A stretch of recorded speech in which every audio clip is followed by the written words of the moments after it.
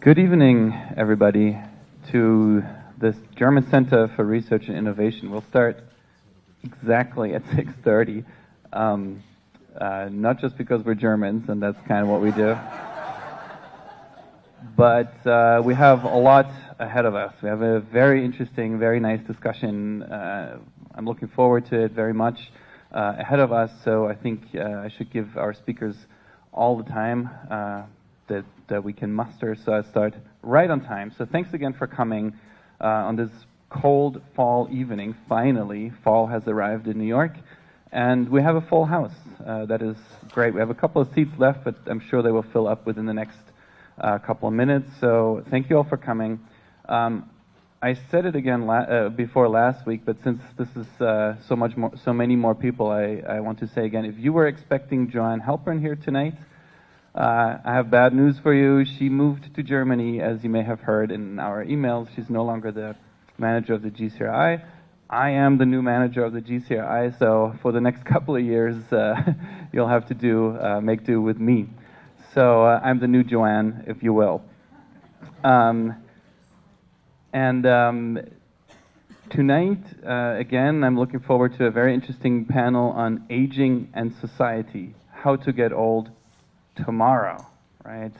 Which is particularly interesting to me because by the end of the year I'll turn 40, so this is kind of the event that shall prepare me for all that's in store, I suppose.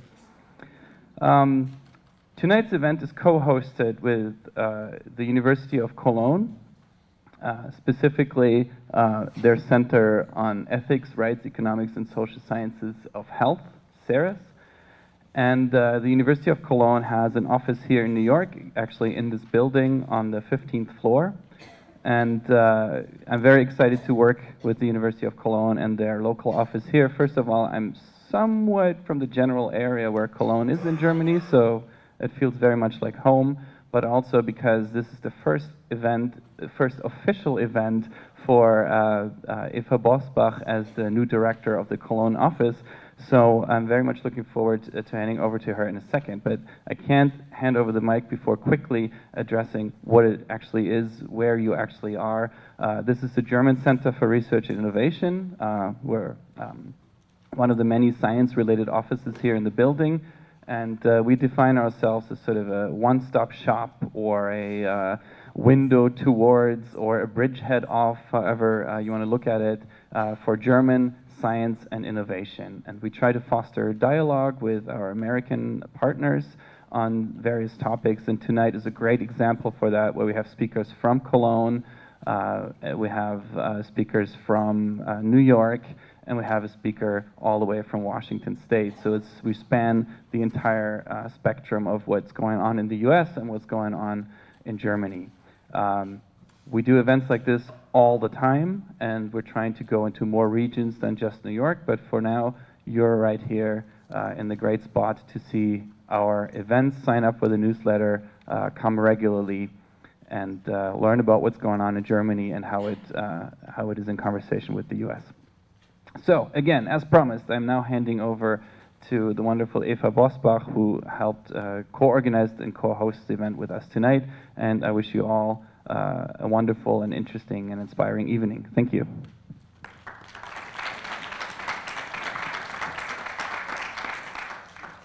Thanks so much, Gerrit. Good evening, ladies and gentlemen. Welcome to the German House once again. My name is Eva Bosbach. I'm Executive Director of the University of Cologne's New York office. The University of Cologne has 3 liaison offices, one in China, one in India, and one in North America, here in New York City. What do we actually do as a liaison office? We cultivate partnerships with the North American universities, we organize delegation visits, and we serve as a first point of contact for faculty, students, and other partners in the United States and Canada. We also assist with organizing the annual University of Cologne Summer School in New York City. We reach out to our German and international alumni, and with events such as tonight, we are offering platforms to our researchers to present their scientific results, to network, and to hopefully maybe initiate some new collaborations. Last night, when I was putting my 3-year-old son Matthew to bed, he came out of his room again and he asked me, "Mommy, do we really all have to die? Even the fireman?" So I answered yes. Unfortunately, we all have to die, even the firemen. But there is a lot of people out there who are working on making our lives longer and keeping them wonderful. So with that, and a thank you to the co-organizers and to all of you for coming tonight, it is my great honor and pleasure to introduce the moderator of the evening, Professor Christiane Wuppen, who is the Executive Director of the Cologne Center for Ethics, Rights, Economics and Social Sciences of Health. She's of course also a professor at the University of Cologne, and in April earlier this year she has been elected chair of the European Group on Ethics of Science and New Technologies. Professor Wuppen, the floor is yours.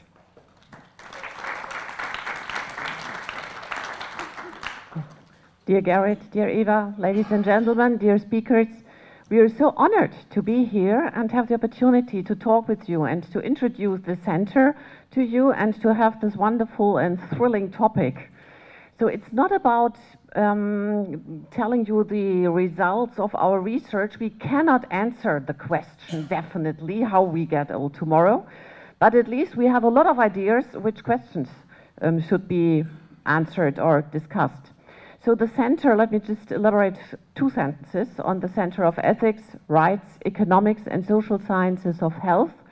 It is a center funded by 5 of the 6 faculties of the University of Cologne in order to have inter- and transdisciplinary research, education and counseling on challenges which are very relevant to society.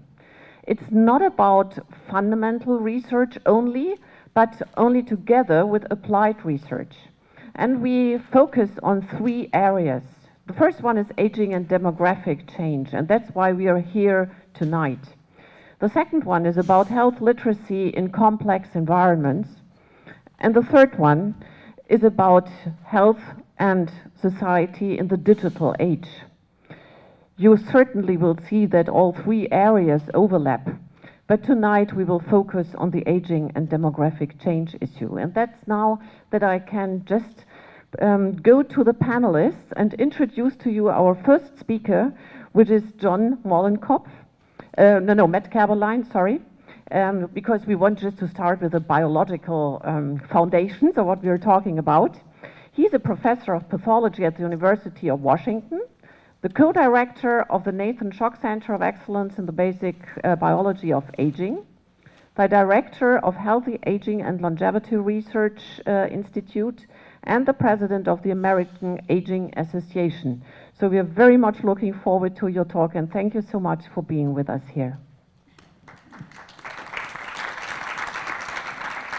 Great, thank you very much for that introduction, and I really want to thank the organizers for the opportunity to come and talk with you tonight about a topic that I'm very passionate about, and that is the biology of aging. And I think there are many reasons why this is a timely topic.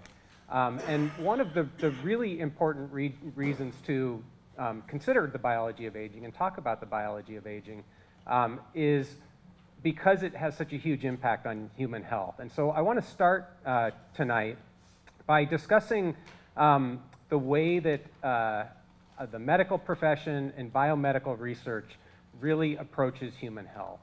And it's from the perspective of disease. Much of the purpose of the medical profession is to treat people's diseases, try to cure their diseases. One of the implications of this is that oftentimes we're waiting until people are sick before we really do anything to impact health. And I think one of the things that sometimes gets lost in this consideration of disease first is that all of these diseases, so these are all the major causes of morbidity and mortality in developed countries, all of these diseases have at their root a single greatest risk factor. And it may not be what you've heard about. It's not how much you eat, or whether you smoke, or how much you exercise, or how much alcohol you consume. It's how old you are. It's really age that drives your risk of developing all of these diseases.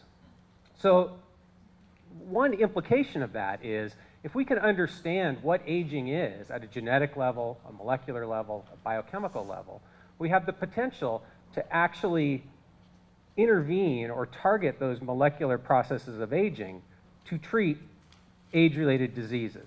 And so that's one sort of big picture message that I want to leave you with tonight, is that if we can slow the molecular process of aging, we have the potential to delay the onset and progression of all of these diseases at the same time.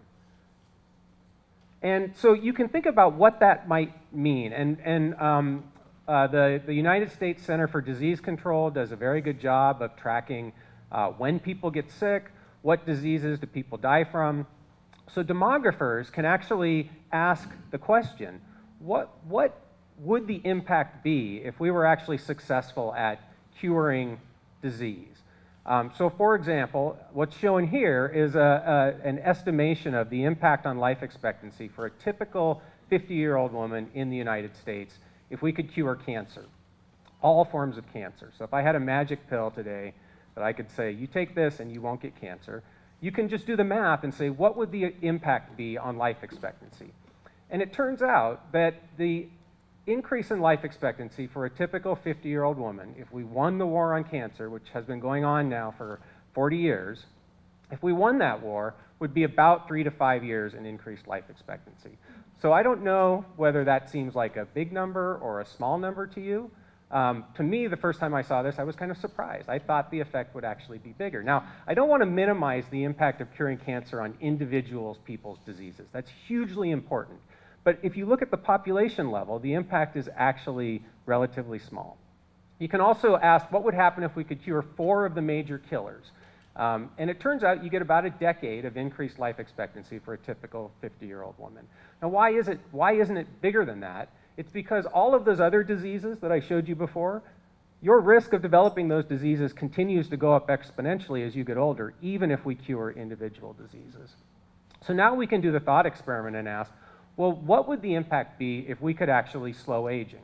And what's shown here is the impact of slowing aging comparable to what is now routine in laboratory animals. We don't know yet how easy it's going to be to translate that linearly to people, but let's just do the thought experiment if we could.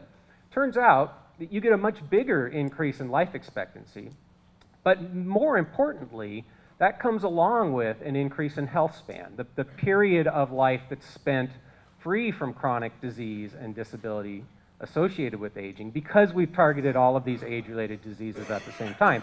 And so a term that has been coined by J.L. Shansky to sort of describe this impact on healthy longevity is the longevity dividend, the added value that you get from targeting aging directly. And so you'll see from my slide that I have called this the promise of 21st century medicine. I hope and I believe that as we move through this century, we will see therapies that actually start to target the biology of aging, make it into clinical medicine to greatly enhance the healthy period of life for many people.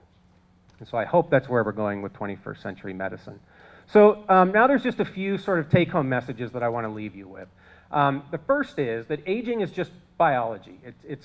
There's nothing magic about trying to understand aging at a genetic or molecular or biochemical level. So we can see this if we just look across the animal kingdom. We know, right, that animals have widely differing aging rates. So you can consider a fruit fly in the laboratory might live about 3 months. A Great Dane might live about 10 years. This interesting comparison here, this is a common mouse in the lab that'll live about 3 years. This is a closely related naked mole rat that ages 10 times more slowly.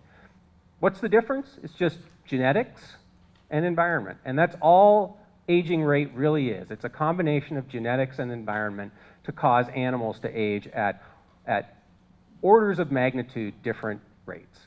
So biology, nature has figured out how to do this by modifying genetics and by modifying environment. And intrinsically, I think we all recognize this even as children, right? We all sort of accept when we're very young this idea of 7 dog years to 1 human year, right? What we're really saying is dogs age about 7 times faster than people do. That's not a perfect equivalency, but it's pretty close. And even within species, if you consider a large dog, a Great Dane, for example, or an Irish Wolfhound, and you compare that to a Chihuahua, the large dog will age about 2 times more rapidly than the small dog. And that's just genetics. So again, across species and even within species, there are pretty dramatic differences in the rate at which different individuals age. So the goal is to try and understand that biology so that we might actually be able to improve health span for people. And so the other second take-home message I want to leave you with is scientists are starting to figure this out. So over the past 2 decades, the field of geroscience or gerontology or basic biology of aging, whatever you want to call it, scientists working in this field have made huge progress in understanding what are the molecular underpinnings of aging. And so this figure here, which you don't really need to worry about the details, I show just to make the point. This is from a review that was published in the journal Cell. That's one of the top scientific journals. Outlines these 9 hallmarks of aging that seem to be the molecular underpinnings of the aging process. So we're figuring it out. There's a lot of work to be done. Aging is immensely complicated, as you might imagine. But we're making progress, and we know of molecular processes and pathways that can be targeted either through lifestyle changes or through drugs, through pharmacology to modulate aging rate. And what's shown on the other side of this slide are just some of the interventions that have been developed that have been shown in laboratory studies to slow aging rate in mammals.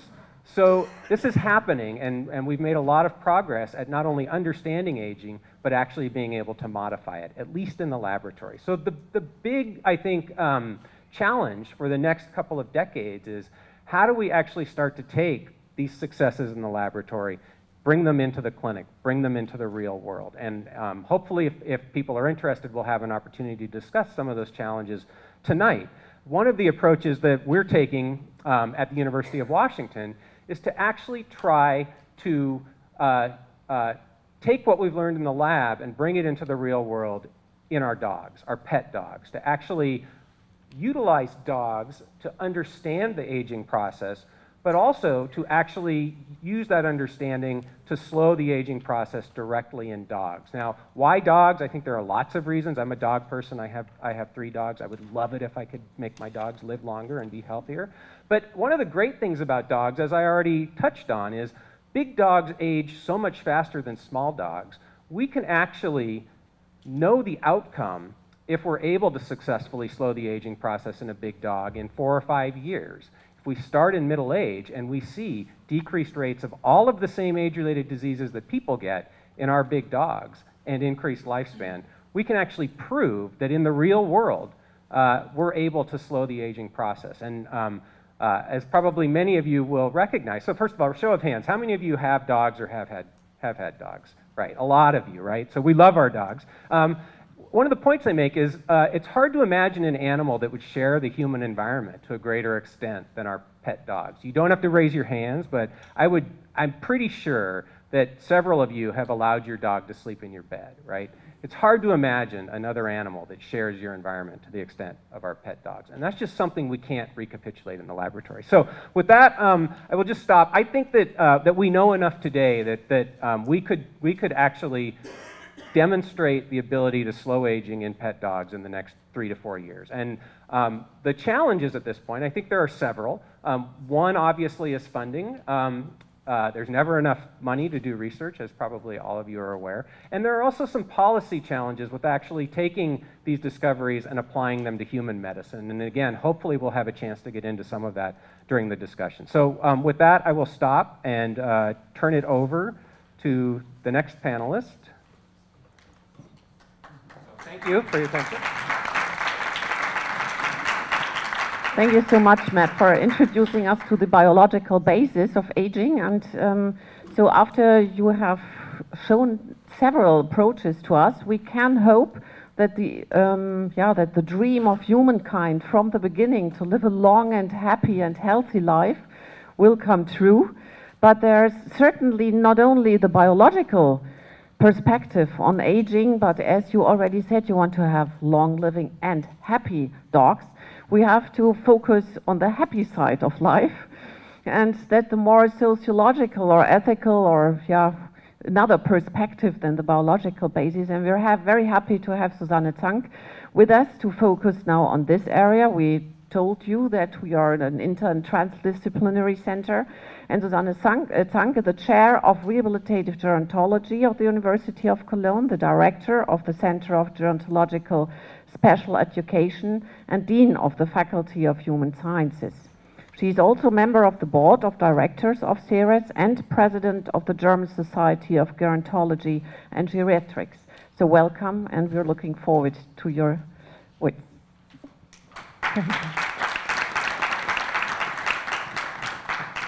Thank you so much for this invitation. I'm glad and feel honored to participate in this event. I would like to highlight a few facts of today's reality and reflect on what that can mean for tomorrow. Life expectancy has risen remarkably, and it's going on. As you can see here in Germany, around 1900, women had a life expectancy of 44, men of 40 years. In 2015, it was 83 for women and 78 years for men. And if you already reached a certain age, for example, if you made it until 65, your life expectancy is even longer, 20 years for women, 70 years for men. And here you can see that this rising of life expectancy is still going on, as we all know from our statistics. The figures in the US are quite the same, but a little, the life expectancy is a little less than in Germany, but basically the trend is the same. If we look at the structure of families, that means the following. Mothers at the age at their first birth in Germany is 29.5 years. In the US, it is 26 years. What does it mean for the family? This picture is not entirely correct, but for the sake of clarity, I used that scheme. Give birth with 30, become grandma with 60, and great-grandma with 90. That means 3 to 4 generations. If we focus on the old person, we should realize that it is always a system we have to keep in mind. The old person, the relatives, and institutions like care services, hospitals, nursing homes, etc., which come into the picture. I would like to give you one example of one disease. Matt was already talking about many diseases. I would like to concentrate on one disease here. That is dementia. Here you can see the prevalence rates in Germany. And you can clearly see that it's highly correlated with age. That was the argument of Matt. Here you can see at the age of 65 to 69, the prevalence is 1.6%. At the age of 80 to 84, it's already 15.6%. And 90 plus, it is 41%. And again, the data in the US are quite similar. There are scientists who argue that we will all suffer from dementia if we just get old enough. That means in figures, in Germany at the moment we've got 1.6 million patients. In 2050 we expect 3 million. In the US the absolute rate is of course higher. You expect roughly 14 million by 2050. And these persons all have not only dementia, but on average 4 to 6 other diseases. What does that mean with regard to the need of care? In Germany, we have a compulsory care insurance, and patients who want to get benefit have to pass a medical examination. These figures are persons with a considerable need of care. And you can see here that's about 2% at the age 60 to 65, 20% at the age 80 to 85, and 90 plus it is 66%. That means approximately 2.9 million individuals are in need of care in Germany. Well, and who cares? At the moment, in Germany and the US, most people are taken care of by informal caregivers at home. That means partners, that means children, basically females, and neighbors, for example. Well, will this situation stay as it is now? Are our children and grandchildren willing and capable of doing this work in a changing world?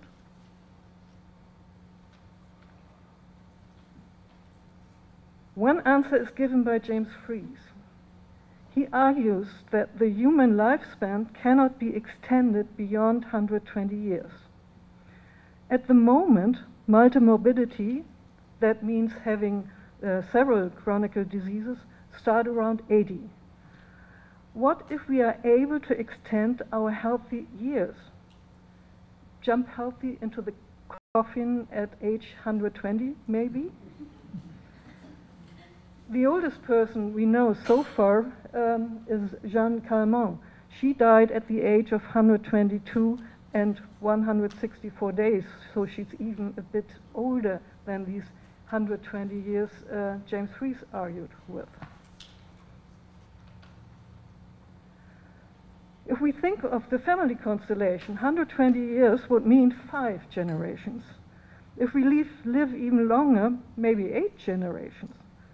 Will we still know each other? Can we spend time enough to build up solid family ties? If all these generations are healthy, we have no problem. If 4 generations suffer from dementia, we will have a problem. Who cares in the future?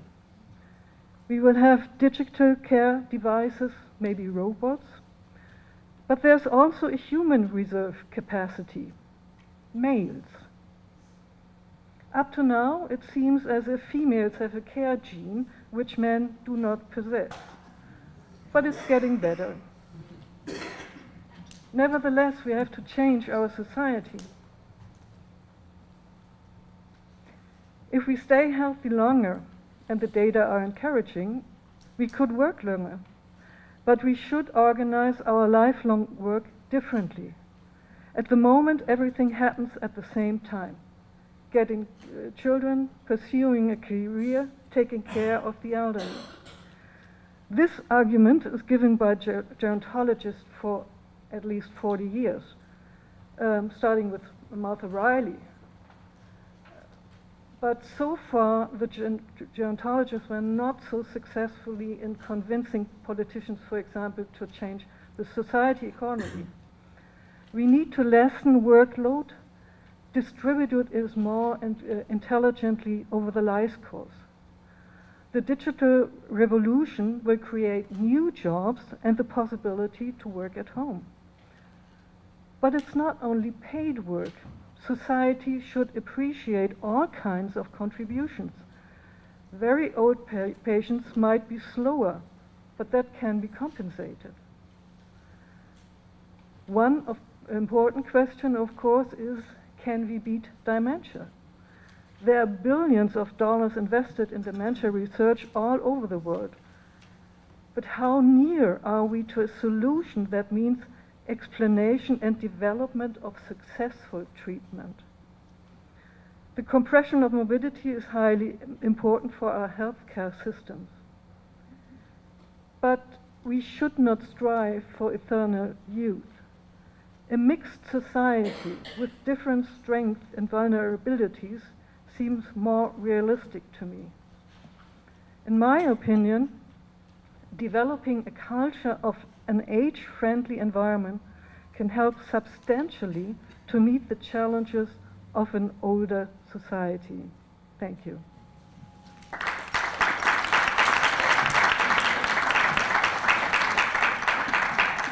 Thank you very much, Susanne, for pointing out that it's not the only thing to get old and to get old in a healthy way, but that we have to think about what we are doing with our lives.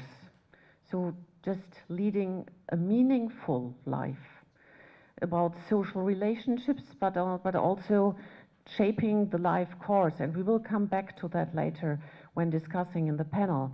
Kevin Ashton, the tech pioneer who predicted that, who invented the Internet of Things, and this is underlying smart homes, for example, to enable older people to lead a life autonomously in their flat and being at home, not in a nursing home or caring home.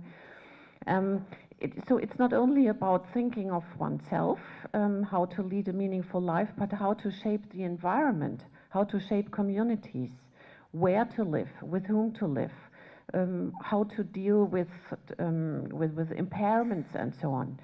So we are very glad to have even another perspective here with John Mollenkopf, who is very skilled in what is happening in New York, not only about that, but especially in that.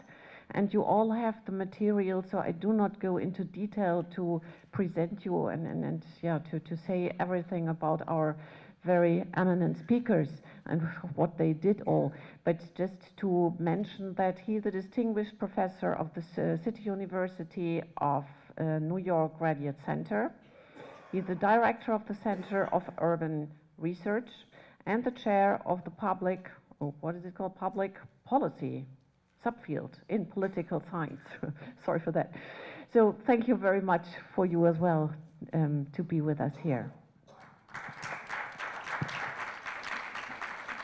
Like the other speakers, I'm very happy to be part of this wonderful event and the stimulating discussion that we'll have in a moment.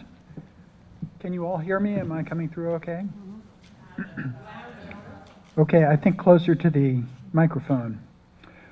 So I want to do three quick things tonight. The first is to give you a demographic overview of who the aging are in New York City as defined by people who are 65 years and older. And second, to ask what kinds of policies the city has put in place to make the city more age-friendly.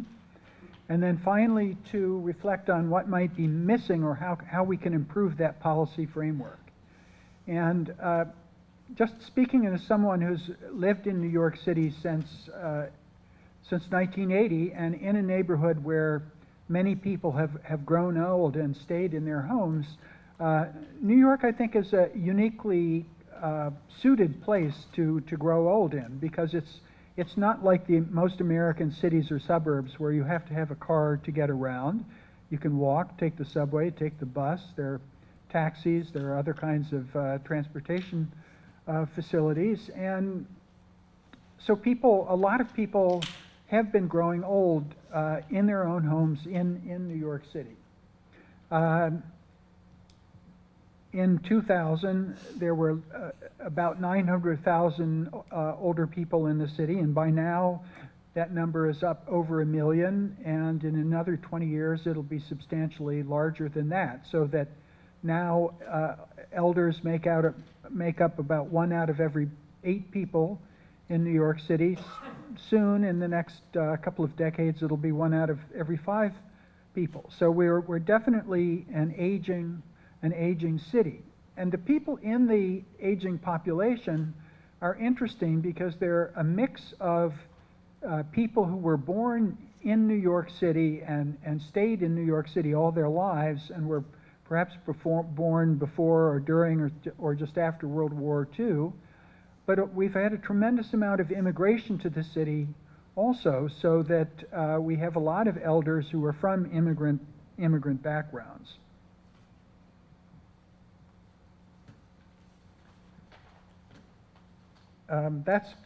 Maybe I'll just go back to discuss these a bit more. So I think this is possibly a little bit different from the situation in Germany or many parts of the US, that we have such a diverse population.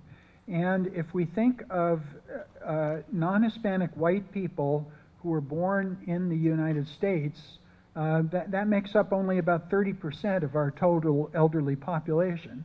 And there's another fairly large group, about 14.5% of non-Hispanic whites who are 65 and older, who were born elsewhere. And that reflects past generations of immigrant movement into New York and the United States.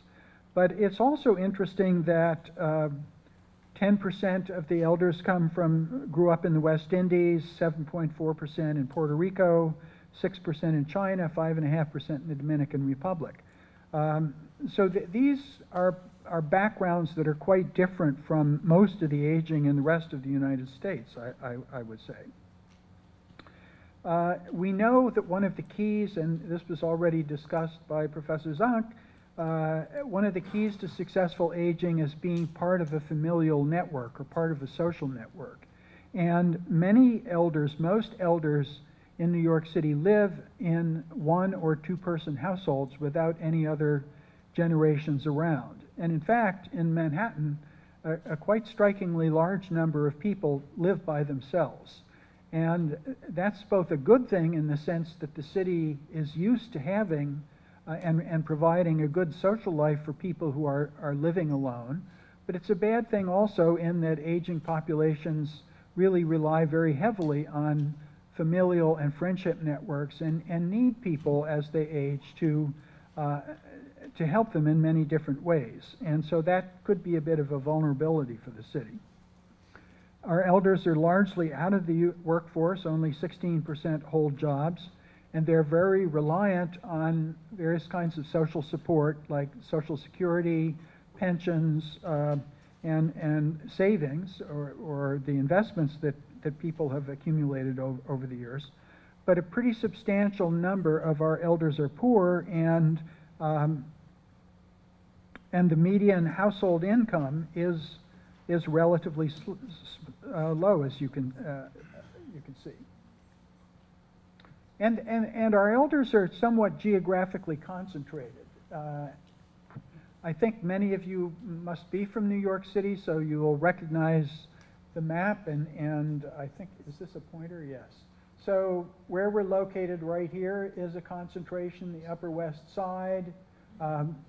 These are typical middle-class apartment neighborhoods of New York City where people have lived for many decades and have aged successfully in place. But you also see the Lower East Side and Chinatown and Washington Heights here, which is a heavily Dominican neighborhood. This is Co-op City.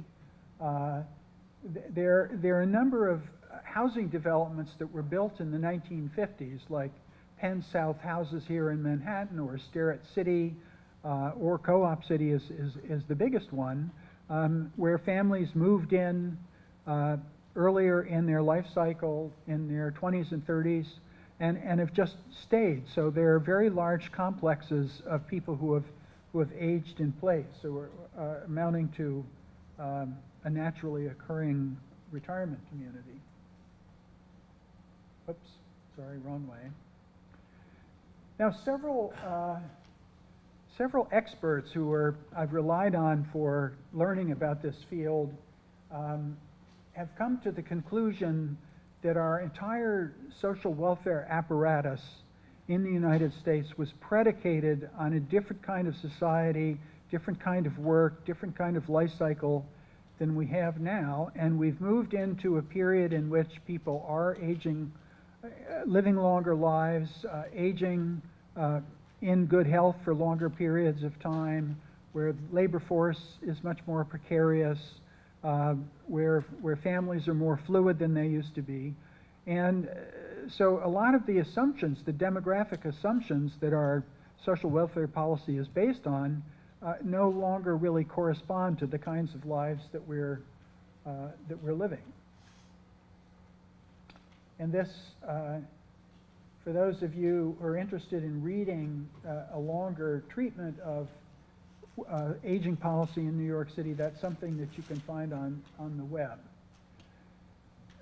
New York did start to wake up to this over the past 15 years or so, and in conjunction with the New York Academy of Medicine, the city government in the years of Mayor Bloomberg worked together to fashion a kind of manifesto, a policy manifesto for what the city should be doing, called Age-Friendly New York, and these are some guiding principles. This is not, I would say that the people who wrote the original age-friendly report are thinking that New York has been pretty slow to adopt the major recommendations of that report. We're just making changes on the margin. The city does spend a fairly large amount, more than between $300 and $400 million a year through the Department for the Aging, DFTA it's called, and that primarily goes to support senior centers in many different neighborhoods.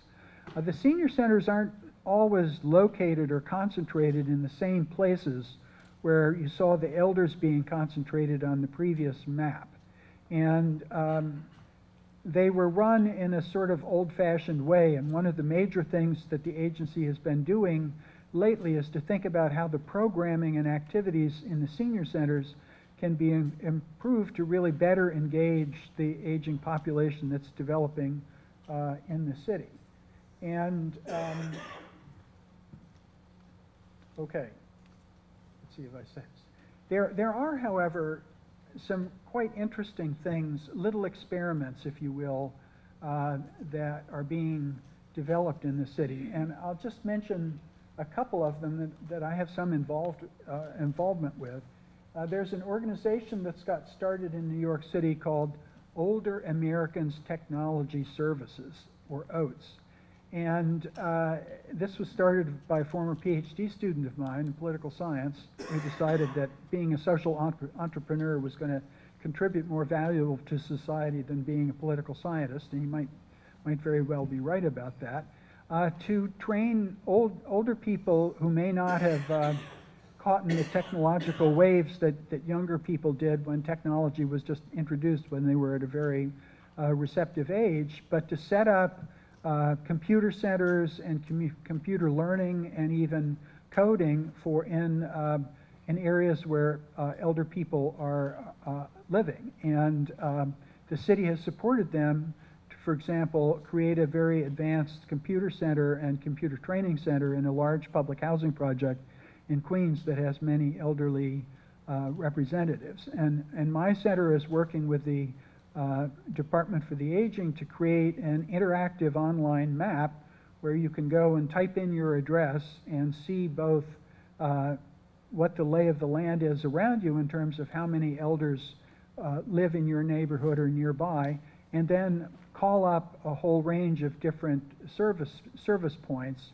And you would click on a service point and you would get the name and address and telephone number and website and so on to really disseminate access to information about services.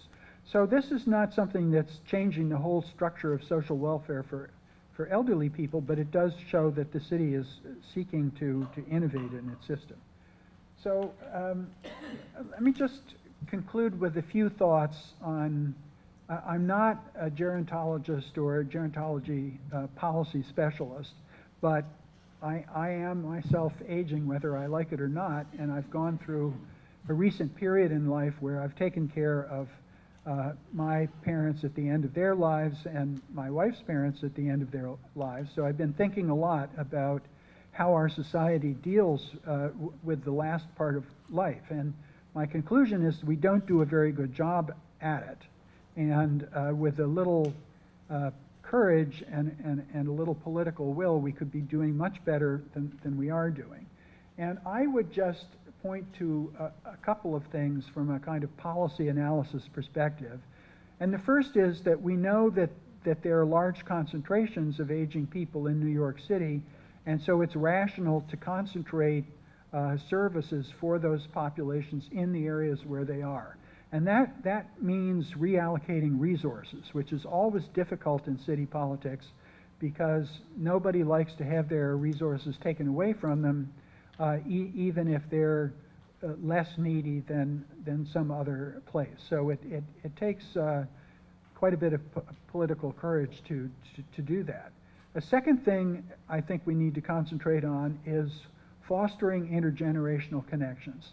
I've mentioned that many elders are living alone or certainly without their family nearby. And Americans are generally mobile, and most people do not live in New York City with their children nearby. Some are lucky to do that, but with the high cost of housing, even if you're in a rent-controlled apartment or an affordable housing unit, and you're protected from the market, your children growing up and moving into the New York City housing market are not in a good situation, being early in their earnings career, and they may be forced by the market to live at quite some distance. So we have to work on creating artificial social networks between the generations in New York City. And we do a little bit of that, foster grandparents programs, but I think we could do a lot more of connecting young people in the city with older people. As we have many more older people, we're going to need a larger caring workforce, and we're going to have to train more people, and we're going to have to foster connection, the ease of connecting across the generations, which is not such an easy thing to do always. And I'll close with a slightly difficult subject to think about, but I've been thinking about it a lot because of my parents' deaths and the deaths of my wife's parents, and that is that we do not do the end of life at all well in the United States. A very large share of healthcare expenditures are spent in the last year or so of life, and it does not produce longer life or happier life or a better society. I think it's largely spent very irrationally by a system in which you need a very strong advocate by your side, by your parents' side, if they're not just going to be completely overwhelmed by the complication of the different systems and the way they interact in terms of insurance and Social Security, Medicare, and hospital procedures and reporting and all the rest of it. So that's something also that I think we need to think about. Not everybody wants to live to be 120 or 130, or will be able to, and so we have to find a way for individuals and families to have the last years of people's lives being much better than they currently are. Thank you.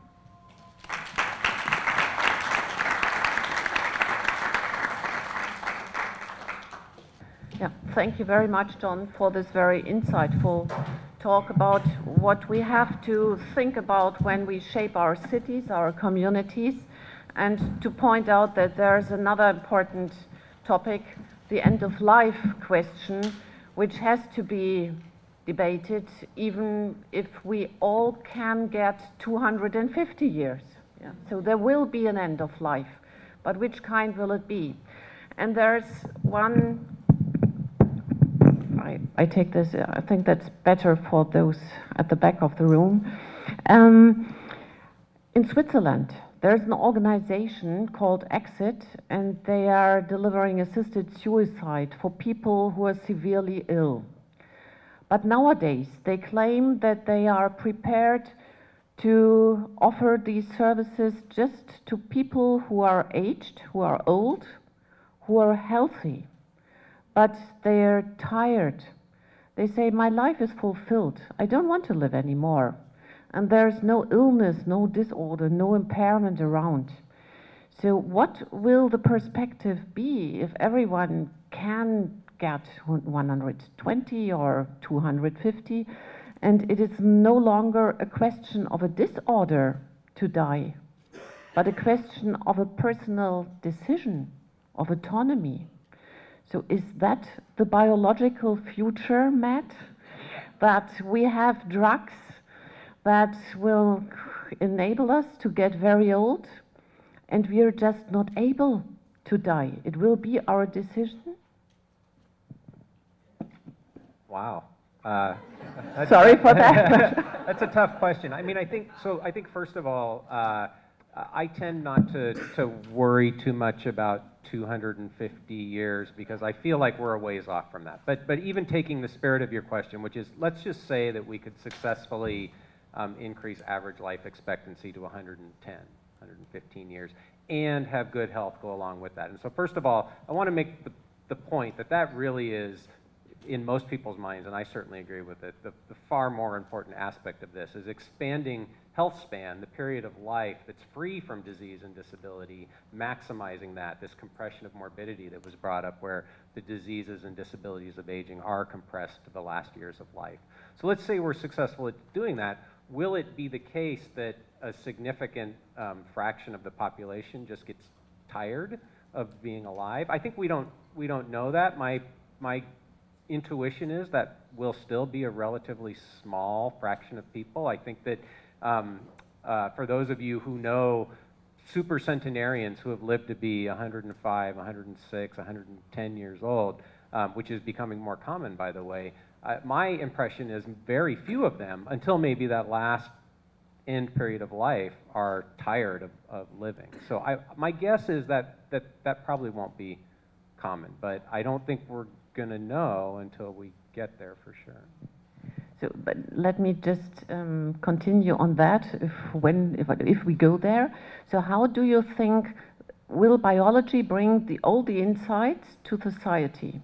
So let's just assume you find a drug, and you have to take it when you're 40, and you have to take it every day, and then you get, let's say, 120 years old. So how to do clinical research to balance the benefits and the risks? That will take a long time, and there will be side effects, I suppose, as every drug has side effects. And what if you develop such a drug and it is certified by the FDA, and then not everyone has access to it?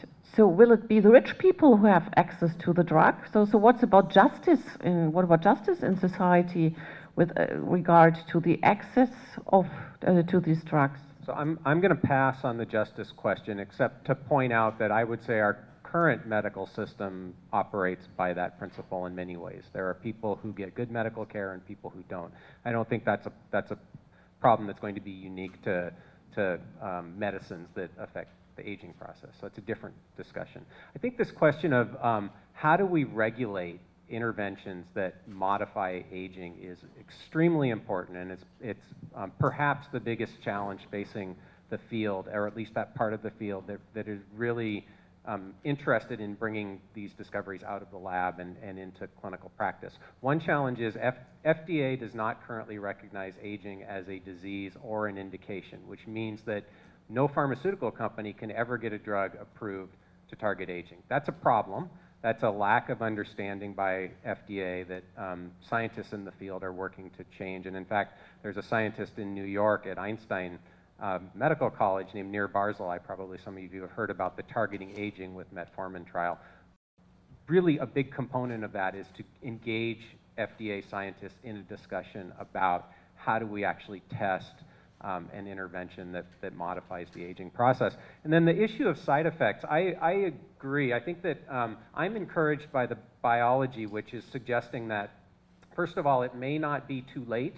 At least one of the interventions that is the most effective drug in laboratory animals at delaying aging is called rapamycin, seems to work very late in life. So it may not be the kind of thing that you have to start taking early and take for the rest of your life. So there are people studying transient treatments or intermittent treatments with drugs which will minimize side effects. But I do think that side effects will always be there. And I think that this is another challenge from a policy perspective. My own personal opinion is that we should, as individuals, have the right to decide what the cost-benefit analysis is. The difficulty there is that not everybody is educated to the same extent about what those risks are. So I think that's another policy discussion that needs to happen. I do like to point out, though, that I think that we don't really address side effects in a rational way in our society. And so, for example, I have heard people make the comment that why are we bothering to try to find drugs that target aging when we know that exercise is a safe intervention. But I would bet that any of you who are athletes could identify many side effects of exercise that we don't consider side effects, but in reality they're as bad or worse than the side effect profile of a drug like rapamycin. So I think that we need to have a logical and rational discussion about what side effects are and what the risk-benefit equation really is. But I view that as another barrier for the field going forward. Thank you very much. So let's come back to the problem of perhaps becoming tired. How, I have a question to Susanne before, then I have a question to John as well, and then we'll open up to you, and you can put your questions and comments. So how do you think, you mentioned that we have a conceptualization of our life course that is not adequate to an aging society.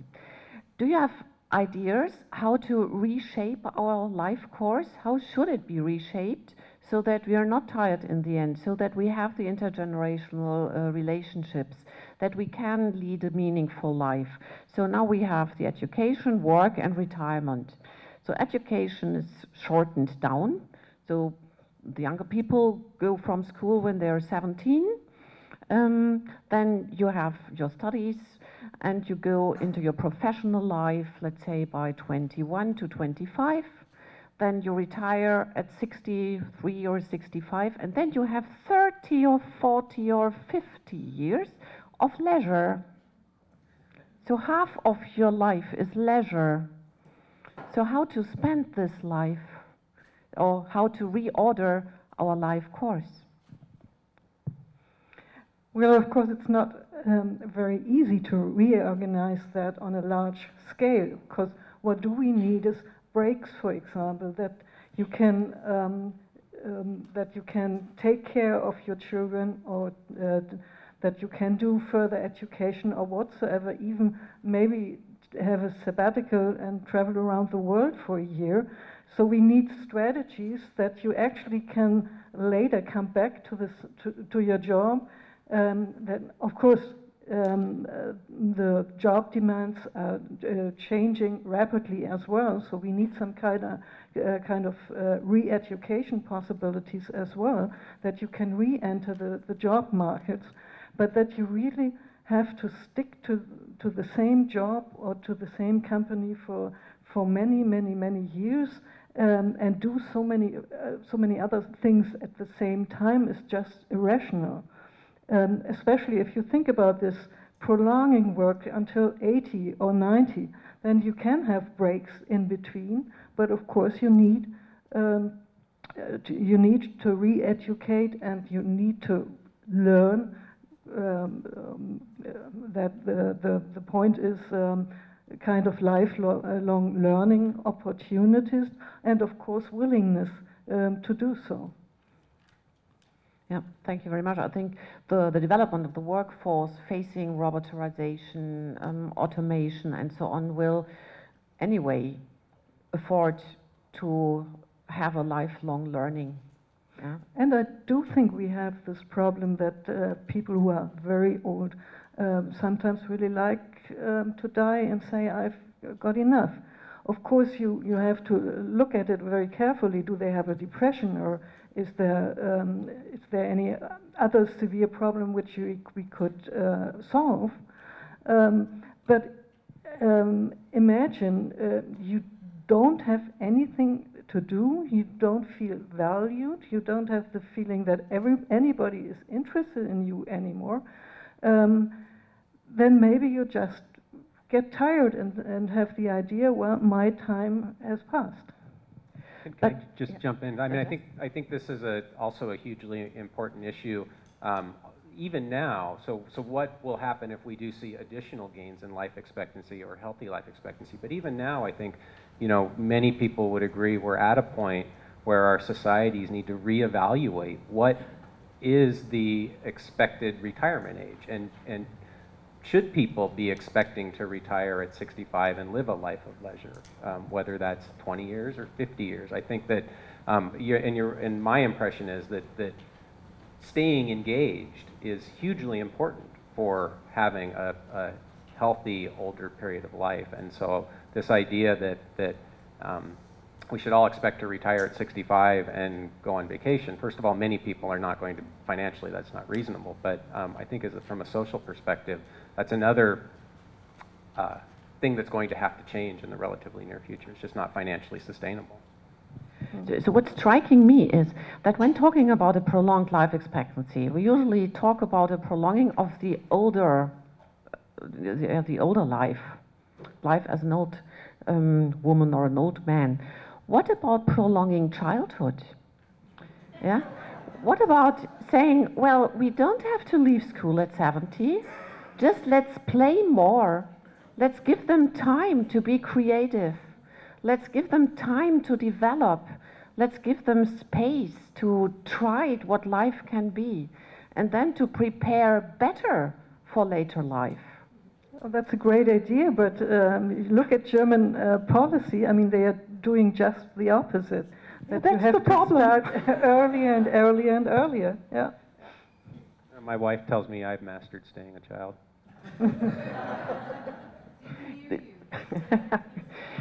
So another question for John. When you, I was impressed when you said, well, bring the services to the people where they live. And I said, I thought by myself, yes, that's, of course, that's evident. That's evidently good idea. But then I was immediately afraid when thinking about policies which are designed to be very efficient. So will that lead to homogeneous ghettos of old people where services can be delivered in a very efficient way because they're all living at the same place?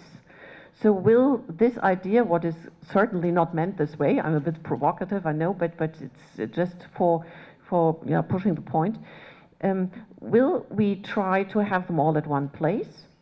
Or will we have to deliver the services to everywhere because we want to have all generations living together at one place? Well, I think there's a certain natural sorting of generations and stages of the life cycle into different parts of the city and metropolitan area.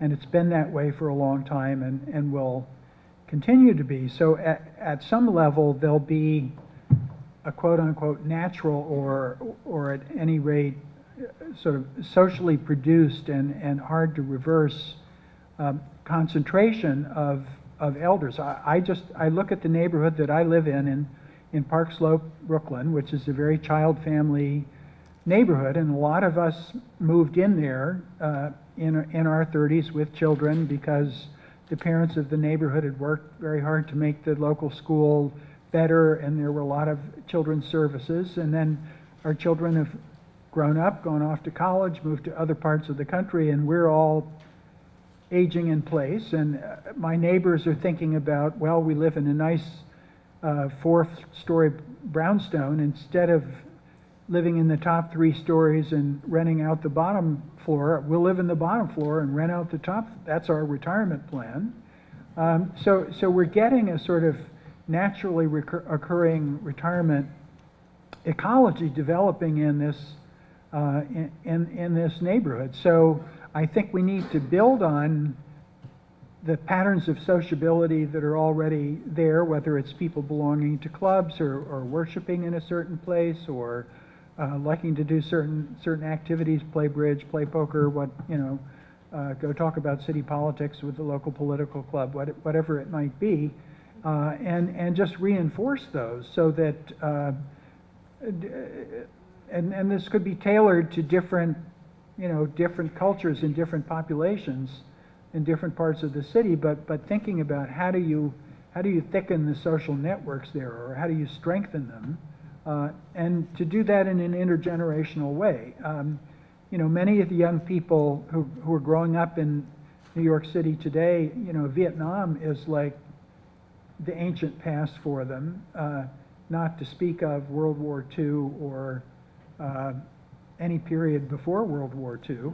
What about a program that would get high school students, pay them to go out and collect the life stories of all the elder people in a particular neighborhood and write them up and put them on the web. Or, you know, there, you could easily imagine lots of different activities that would get the generations talking to each other and you know, more engaged and having fun and not being, you know, socially isolated and nobody cares about me anymore and I'm just tired of, you know, living life. My mother got to that stage at the very end because she had macular degeneration and she couldn't play bridge anymore, and she was a very good bridge player, and having a bridge, you know, network was something that she enjoyed greatly. She liked to read, so she did at a certain point just say, you know, I've lived a very full life and I don't need to go on anymore. But she was privileged in the sense that she lived in a, you know, an assisted living facility that have levels of care at ranging from almost none to quite substantial, and those can be very good in the United States, but they're also very expensive, and the share of the population that could get access to something like that is relatively small. I don't know what it is. I don't know the statistics on that, but we need to find sort of ways to invent something like that without having to, you know, have the whole capital investment of creating all these new communities, I think. So if you were the mayor of New York and you had a vast amount of money, what would be the political measure you would decide to implement tomorrow?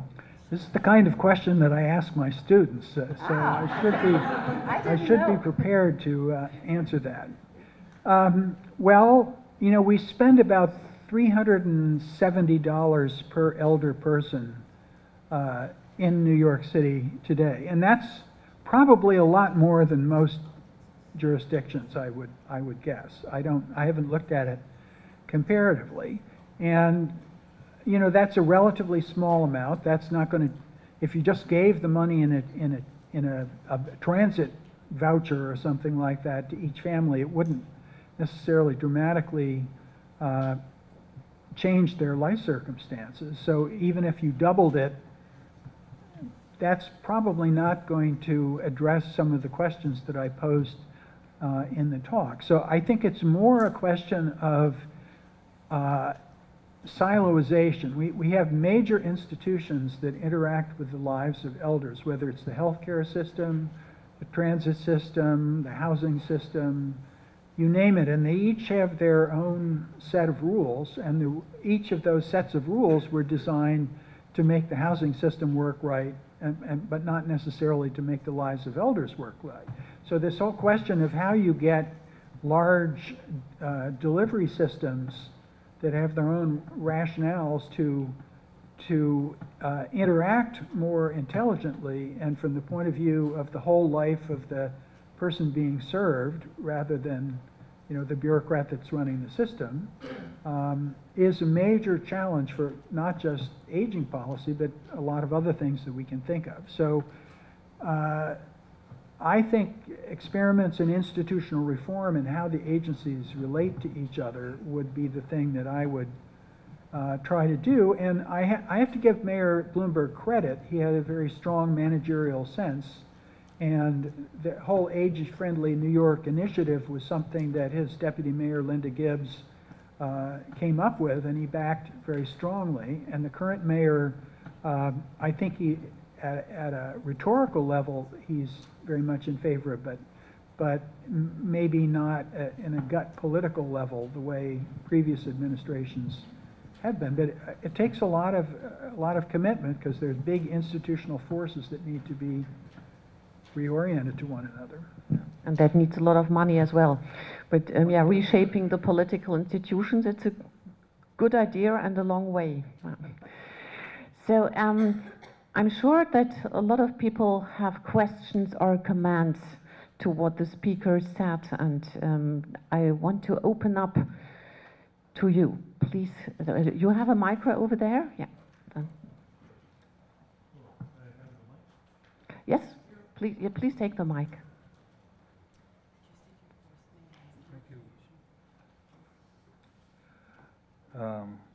My name is Amitav Adatta Roy.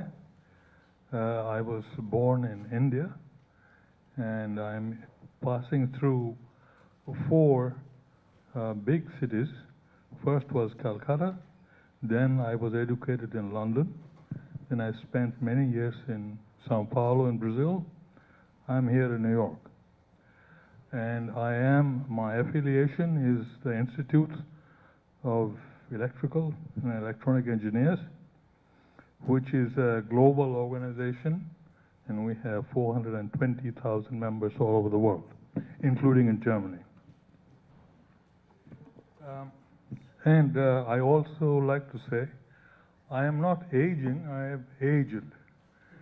I'm 84 years old, or young, whichever way you want.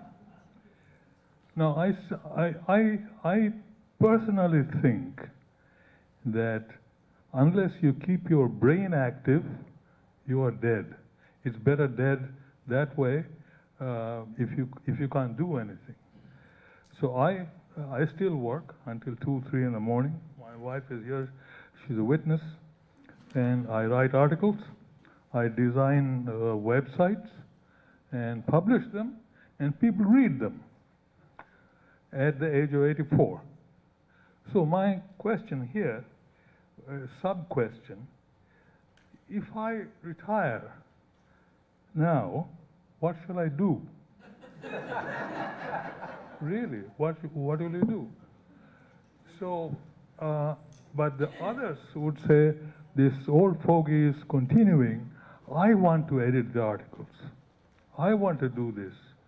So there becomes a challenge again. So shall I give it up? Like in this country, the universities, when you have achieved, when you have got to 70, you have to retire. Yeah, you become an emeritus professor, okay. But then what is the solution?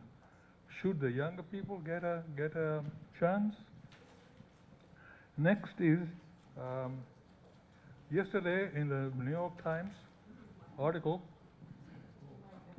Just put it nearer to your mouth. Oh, no, sorry. Yesterday in the New York Times, there was a very nice article on aging. It's on challenge. It said how you can learn to be resilient. And that's a very interesting, I've forgotten the name of the author, but if you look up the New York Times, you will find there. It was yesterday. So it says that you have to be resilient. Of course you have to be resilient. Otherwise there's no way of continuing with our life happily, that without any health problems. Maybe little ones, but not a major health problem. Last month I saw a picture of a gentleman. He worked with an airline, and he still works, and he's doing, when the aircraft is approaching the bay, you know the guy who moves, and he is 92 years old. And he said he is not going to retire. And to talk about our professor from... Do you have any specific question to one of the speakers at the end of... Professor from New York, Molotov. you said that New York City is providing, something at $370. But I see the first thing is, New York City, we need a better subway system or buses. No, this is no joke. If you come to New York, and if you are living in Queens, to attend a cultural program and go back, it's a hell of a problem. We have to look at that as well. So that's obviously not a question to the biologist. Well, the point that I would underscore is that our older understandings of stages in the life course and the institutions that are appropriate to each stage, they're out of date. The aging society and other social changes mean they don't articulate all that well with each other. And I sympathize, I'm 72, I'm a professor, I love my work, I hope I can go on at least as long as you are old working at what I do. It's very fulfilling work, but I also realize that I'm taking up a spot that a lot of other younger people would like to have. So maybe what we need to do is to figure out ways that can support older people to work along the lines of what they're able to do and like to do, but that are partly off the budgets of the organizations that used to support them. So, I mean, we have supported work for young people and for welfare workers and so on and so forth. We could have it for older people and make use of their talents. And you're right, obviously staying active mentally and physically is a key to good aging. But we need to set up systems that foster that, which we don't really have. And even the resilience issue is not one focusing only on the old age, but even as an educational goal for children, yeah, to become resilient and so on. Yes, so and to support psychological resilience, that seems to me a very important task for old age. And you said, what can you do when you retire? What should you do? Well, we have to keep in mind that aging is a biographical process. I'm not a totally different person when I wake up and I'm 80 years old, because I've been living so far, so long, and I had interests, I had strengths, and I had weaknesses. And of course you have to think about what was my interest all my life, or what did I do when I was younger and then I didn't have time, so I might go back to these kind of interests. And then it might be very fulfilling to be in retirement. I mean, for many people who have worked for 40 years, really hard work, they are just happy when they are allowed to retire. Professors very often didn't believe that, and they kept on doing research on the topic. And I once read in a scientific journal that a colleague said, well, maybe it's a problem of professors that they don't want to be retired. So, but of course, if we are able to change the working system and that you don't have to work that hard, 40 hours a week for 40 years, but have breaks in between, or work less hours and whatsoever, maybe then you are not just that exhausted, and then you can go on longer. And saying that autonomy is so important, society should allow for shaping one's life according to one's own spirit. So I see a lot of hands. I think we should take always 3 questions together, please, and try to keep them short, please. There was the format. Oh, let's take these 4 and these 4. Okay, please go ahead. Jeff Robbins, I teach at Rutgers University. Just a quickie that my mother lived to 104, and I took care of her quite a few years before that. But the last few years were very tough, and it was a rapid downhill. But my question is basically, I think with aging you need to consider what might be called an ecological perspective. In other words, if people start living longer and longer, what happens to the human population? I mean, does this mean the end of birth? I mean, there are transhumanist groups saying we want to live forever. What are the global consequences and the financial consequences? It's a very complex issue. Well, maybe I'll start and then pass it on. Now, let's take some questions together, if this is okay, because we have 8 further hands, and it will take too long to have one question, and perhaps there are overlappings. Okay, so my question will be tied into the gentleman's question. My name is Betty Wong. I'm with an organization called Stage 2 Startups, which is focused on helping midlife and older people become entrepreneurs. And my question has to do with the economic and physical challenge of aging for people who cannot afford to live to 90 or 120. And especially now there are a lot of single people. So we hear a lot from the speakers and the gentleman about children helping parents. What about this growing group of people who are just single and don't have children. Thank you. Next one, please. I'm Annalita, Global Biotics Initiative. I have a question for our panelist, the expert in biology of aging. So it seems to be a consensus among the experts in biology of aging that actually human aging is caused by cellular senescence. That means our cells stop dividing. And if so, what are actually, and probably if I subscribe to this theory, but I'm not a biologist, that aging is a disease.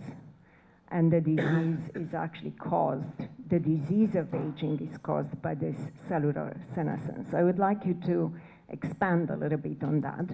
And then is the research you're doing, and I find it very interesting, and earlier this week I Googled your department, and you actually, do you actually work on that, reversing the clock of aging, as many of the scientists are actually doing, not only in the United States? And thank you so much. And I have another question related to the end of life and palliative care for all the panelists, actually. When you mentioned, and I'm talking about Professor Malenkov, if I pronounced well your name, when you talked about, and you said that the United States is not doing very well when it comes to the end of life, are you also referring to the policies regarding the palliative care, or the right to die movement, which is very controversial in the United States? And I'm not saying more than that. And thank you so much. Thank you. Last question on that side for the first round. My name is Katrina Schindelberg, and I'm a postdoc at the Please Feinstein take Institute. it closer. Yeah, I have a short question to Professor Kaberlein. If we will have drugs that would slow the aging process, what would you think would be good biomarkers in humans to monitor if they work, if they slow down aging? Thank you. So thank you very much. Matt, do you want to begin? Okay, I'm not sure I can keep track of all the questions, but I'll do my best. So I'll start with the most recent one, because I know I can handle that one. So biomarkers, yeah, I think that this is also one of the has been a major goal of the field for a long time to identify, so what I mean by biomarkers is, optimally we would like to have a test that you could go to the doctor and they would tell you what's your biological age, or even more relevant, how fast are you aging? Because without a test to measure rate of aging, it's really hard to know if a drug is slowing aging. How do we actually show that? Right now, we have to look over many years and ask, are diseases of aging or declines in function reduced? So having a test or a set of biomarkers that monitor the rate of aging is extremely important for the field, and there are a handful of new technologies that are emerging. And you know, in an effort not to get too technical, I'll just throw out some words, and then I'm happy to chat with you later about this in more detail. But one of the emerging technologies has to do with what's called epigenetics, and these are chemical marks on the DNA that can be measured. And it seems like there's an epigenetic clock that changes as we get older, and that might actually reflect the rate at which we're aging. Telomere length is another one. There are metabolites in the blood that some people think we can measure. So people are trying to develop these technologies, and it's very important. I'll also hit the senescence question, because I do remember that one. So cell senescence, if you probably didn't see it, but on that slide that I showed up of the hallmarks of aging, that was one of the 9, and that is one of the core molecular processes that go wrong during aging and contribute to many of the diseases that occur during aging. And there is some evidence out there that drugs that kill senescent cells. So these are cells that accumulate in our bodies as we get older. It's kind of like there are two pathways that a cell can go down when it's not going to work anymore.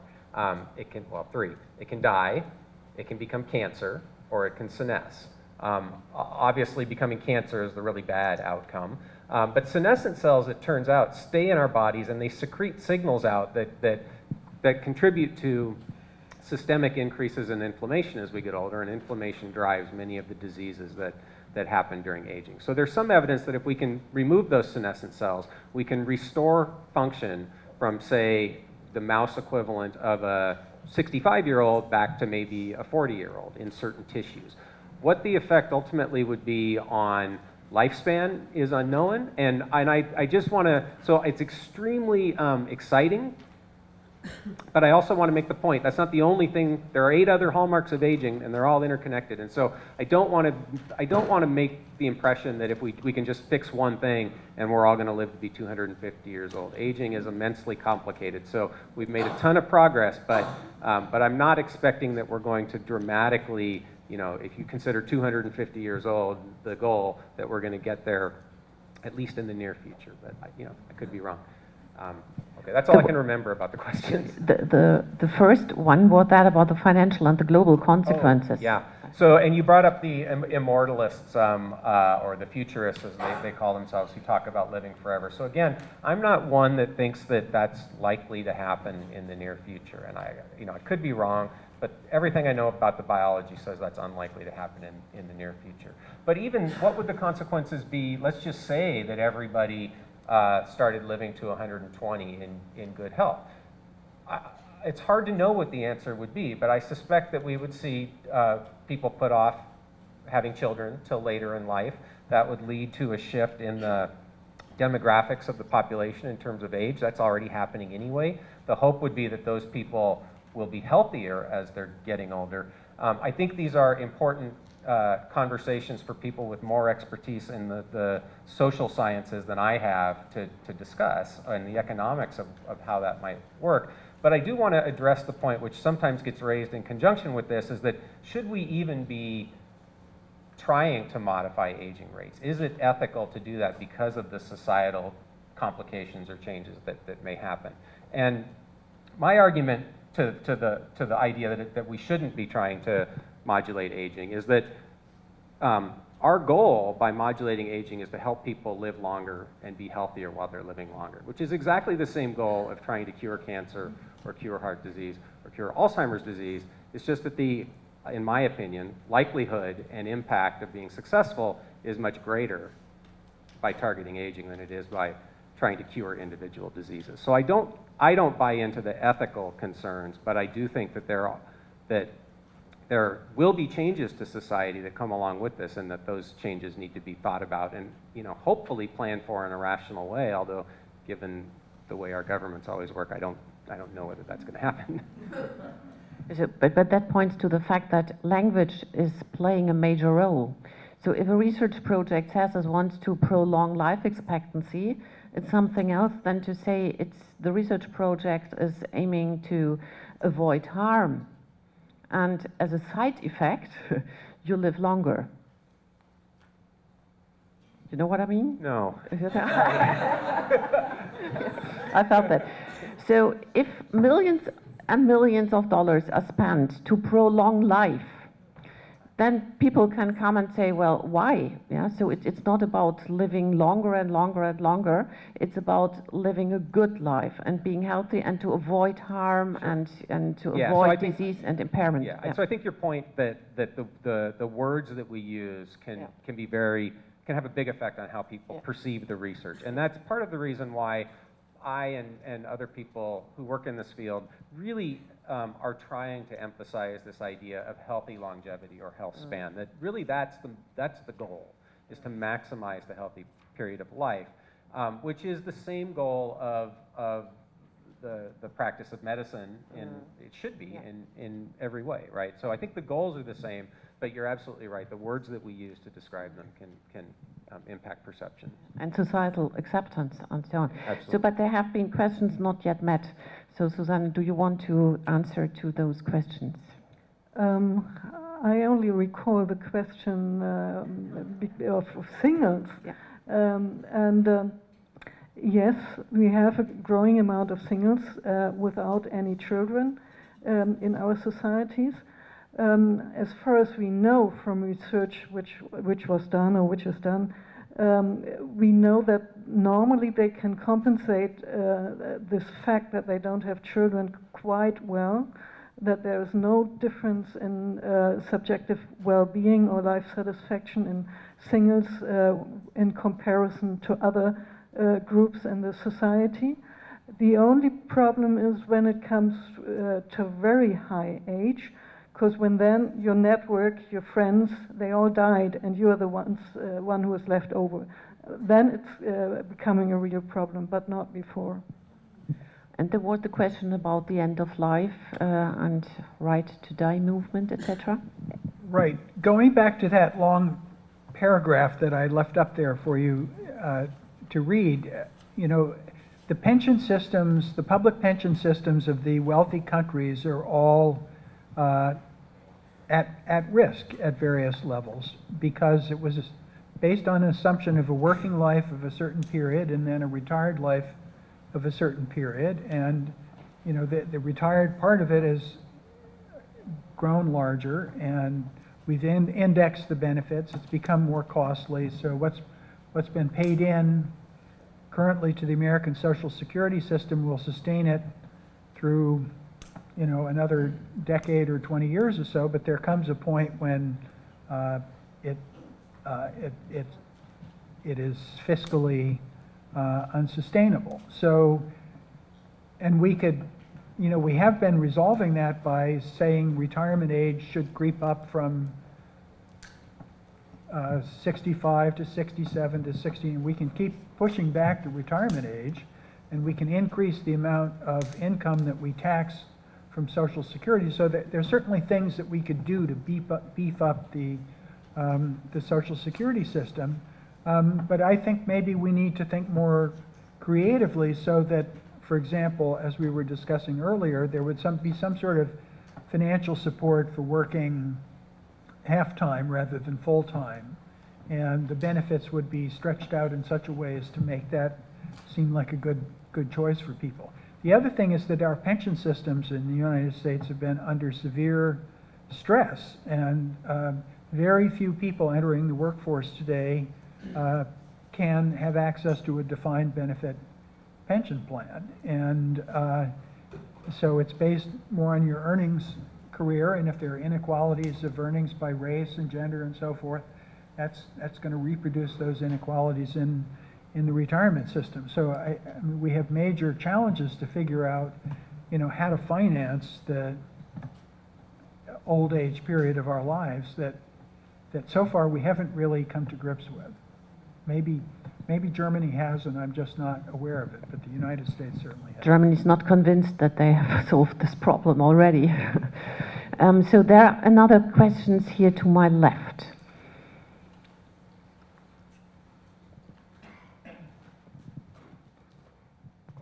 People who survive to advanced stages are, of course, of interest to researchers, but there's another population subset that shows interesting properties, and that's people that retain extended youthfulness. Some of these are quite famous. Someone like Mick Jagger or Goldie Hawn are not aging like most people age. What's going on there, and is anyone studying that? Also, any research into ways that we might be able to recover some of the ability of children to learn other languages or learn musical instruments, so that people that have passed those stages could perhaps recover that plasticity of neural capacity? Thank you. Next question, please. Hello, my name is Andrew. My question is, what does the process of slowing aging look like? Is it a type of surgery, a pill, or an injection? Is it something that needs to be recurring treatments, or is there a possibility of cracking the code of aging and simply preventing it indefinitely? And if so, would you stop aging for yourself?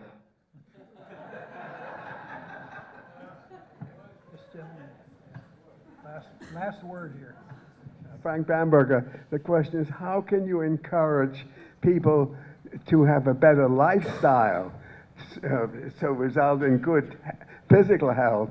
And also, as you mentioned, how can you encourage them to, in the lifestyle, develop interests? So when they retire, they have something interesting. Just briefly, I had a German doctor, and he said that those days, people would retire at 55, sit in the legal stool, the chair, and they'd be dead at 60. So how to develop interest and a healthy lifestyle early, not when you're 65 or 70. Very true. So did you have a question as well? Yep. My name is Remy. I just wanted to know if you had taken into consideration AI as a possible drastic change for the elderly. Artificial intelligence. Artificial intelligence. Yeah. So last round of answers, please. Matt, you have a lot of questions to answer. Okay. So, so the first question had to do with people who maintain youthfulness despite the chronological aging process, and Mick Jagger was a great example. I often show a slide where I have Keith Richards up there, and I make the point that, and this is true of Mick Jagger as well, that their environmental choices have perhaps influenced their aging process. But it's a great point, and yes, there are people who study this. I don't personally, but we call them successful agers, and the question is, you know, what is it about their presumably genetic makeup that has allowed them to withstand all of the ravages that go along with aging, right? Whether that comes from your lifestyle choices or your other genes. And Marie Calment, who was the longest lived person ever, 122 years and 100 and some days. I mean, she's famous for having a lifestyle that is not necessarily what we would consider the most healthy. She stopped smoking when she was 106 or something like that, right? She drank every day. She loved to eat chocolate. So one model is that there are people out there who have a genetic makeup that makes them resistant to aging. And people, in fact, there are people at Einstein University who are studying this. Neer's group is one of them, trying to understand what are those genetic factors. So absolutely, people are looking at that, and it's an important approach. Would I slow aging in myself? Absolutely. Would I want to live forever? I'd try it for a while. What's it going to look like is a harder question to answer. So what we know now is that there are lifestyle approaches that can modify aging rate, dietary changes, exercise. How do we get people to actually do it? That's for other people to answer. I don't know. It's hard. But we also know there are drugs in mice that can do it. People are experimenting with genetic manipulations like CRISPR to modify the genome in ways to slow aging. I think all of these are going to happen in the future. There are some kind of wacky stories out there about blood transfusions. You take blood from a young mouse, you give it to an old mouse. This works, by the way. It's called heterochronic parabiosis. It makes the, sorry, big word, but yeah, it's blood from a young mouse hooked up to an old mouse. The old mouse gets younger, the young mouse gets older. There are circulating factors that have this effect. There are people trying this in human beings for Alzheimer's disease and other approaches. So, what it's going to look like, I don't know, but there's a lot of really exciting science out there. And again, my feeling is that we're on the cusp of 20, 30% effects on aging. That translated to lifespan and health span. Where we're going to go in the future, whether we're going to see much larger effects, I don't know. I tend to be, believe it or not, I tend to be pretty conservative in my views on this. I think if we've done it in a small mammal like a mouse, we can probably do something similar in people. I've yet to see anybody quadruple the lifespan of a mouse, so I don't know when that's going to happen. And I'll just add one point to that, because I'm sort of surprised the whole Alzheimer's dementia conversation hasn't come up more here. I'm sure that there are many people in the audience who have experienced this in loved ones. People say, well, we've been able to cure cancer or cure Alzheimer's disease in a mouse. Why can't we do it in humans? And I think one big reason is that all of those studies have been done in young mice. What you miss is the biology of the aged animal, which is very different than the biology of a young animal. And a drug or an intervention that works in a young animal oftentimes won't work in an old animal. And I absolutely believe that's been one of the major failings of biomedical research. It's starting to change as people recognize the importance of aging. And my hope is that the Alzheimer's field will take this more into consideration and actually try to understand, why is it that Alzheimer's disease is a disease of the elderly? What is it about the aged person that makes us susceptible to Alzheimer's disease? I think that's going to be really important for developing therapies. Sorry, it's a little off topic, but. Thank you very much. Well, fortunately, it's not only the genetic makeup which is responsible for how we age. And we now know that there are a lot of capacity for development in old people that has been proven in many, many ways. For example, in rehabilitation of stroke patients, or if you take healthy persons, that they are certainly able to learn a new language, for example, even very complicated languages. It does take longer than with children, but it is possible.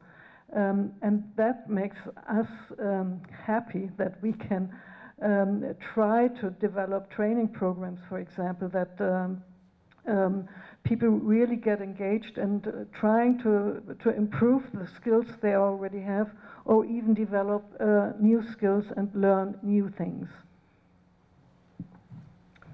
Yes, I would just close by adding a little bit to that, saying we do community organizing around many types of problems, whether it's neighborhood crime problems or trash or improvement or so forth and so on. I think we need to create a new career of community organizing of elders to help them get involved in new and different things. And I would just recall the Older Americans Technology Services, OATS.